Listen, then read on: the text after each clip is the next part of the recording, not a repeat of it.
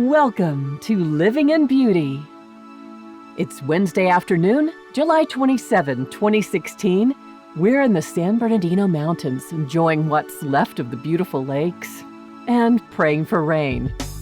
Our first week on the road, Living in Beauty wasn't so different from living in a sticks and bricks house, except that we were in constant movement. Balancing all of the details of health, exercise, budget, and work hasn't changed. We've just added travel. And work is now researching where we need to go or want to go next and finding proactive ways to improve the rig. And, of course, to impose on friends. Oh, a bit of backstory. A few weeks ago when we arrived to Fiddler's Cove on the Silver Strand, surprise! Our assigned space put us right next door to Jim's former colleague, Derry, now our Airstream colleague. Kismet is a beautiful thing. Instant block party. Then, moving along to beat the heat dome and fires, we towed Beauty and the Beast out of San Diego and up 6,752 feet, visiting friends in an air-conditioned spaghetti factory first before making the ascent. And, it kinda worked. Big Bear Lake has much to offer during the summer months, and as long as we rise by 5 or 6 a.m., we avoid crowds, overheating, and traffic. And then, by breakfast time, the temperature is in the high 80s to low 90s in the shade.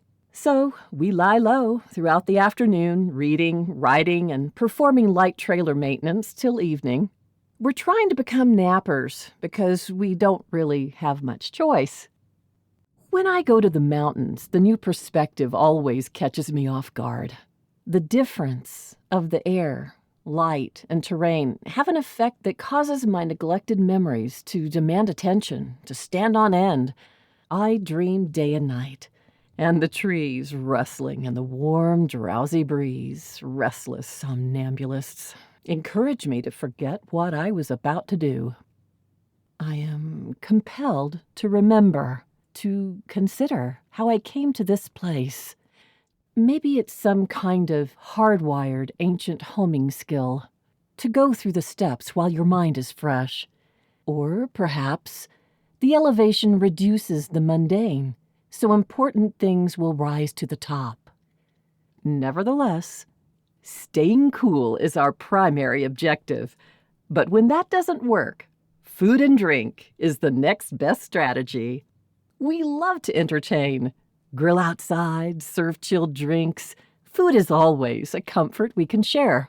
When the weather is out of control, we resort to some serious food wampin'. More backstory. 2 sources are responsible for the smoked salmon recipe in the text version of this blog: Olivewood Gardens adult cooking class and our new Airstreaming friend, Elizabeth Lumpkin, former owner of Boss Hogg's Barbecue.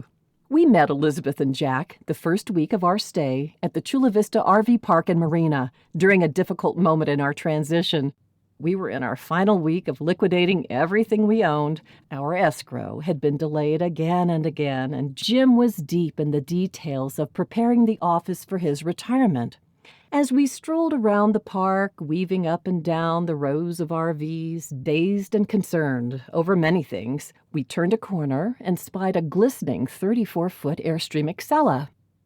Almost immediately, a truck pulled up, and Elizabeth and Jack spilled out with their 3 happy dogs. The friendly couple became our momentary confessors as we gushed forth our elevator speech about how we had just let everything go, bought an Airstream, and planned to tour the continent. "We did that 2 years ago," Jack, a retired physician, said. Whoa! They were 2 years ahead of us, both still in love with their trailer, same year as ours, 2001, and both still enchanted with their vagabond life. And we hadn't even started yet. So, with homemade bread, I wooed Elizabeth and Jack over to our campsite for happy hour, where Elizabeth reciprocated by disclosing her prize-winning smoked salmon recipe. And believe me, she knows her stuff, scoring first place and a perfect score from all 6 judges in the brisket category at the 2001 Jack Daniel's World Champion Invitational Barbecue.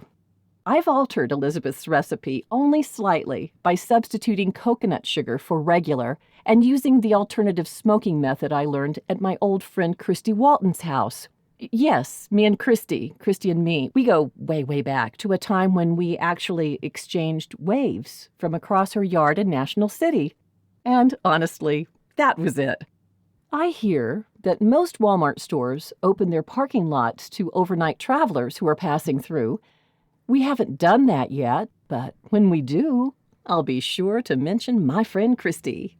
Truth is, my friend Martha Prusenskas was the Waltons' head gardener when our children went to the Waldorf School of San Diego together. On certain weekdays, when Ananda, Martha's eldest, now on the education staff at Olivewood Gardens, stayed after school to practice violin, I would drive her two youngest, Sita and Atma, to the Walton house where Martha would sometimes fill my arms with the best fresh greens and produce money can buy while our children played on the grounds. Then, 5 summers ago, we benefited once again from Christy's community action and generosity through a free class taught by UCSD's Moores Cancer Center. With our friends, Alec and Nina, we met beside the charming Olivewood Gardens swimming pool, where an amazing staff of marvelous women who care deeply about health and food taught us slow cooking and grilling techniques. The method below is adapted from that presentation, and I call it Friend Catcher Smoked Salmon. My other culinary coping skill that you can read about in the text version of this blog is Carmen's Clementine Cosmo. Thanks so much for joining us at Living in Beauty. Special thanks this week goes to Vinny at Vinny's North Bay Airstream Repair, who spent considerable time with Jim yesterday giving him some proactive maintenance suggestions that could save us a lot of money and hassle. And thanks also to our dear friends Margie and Yuli for taking time to be with us and making the road a friendly place. Okay, have a great week.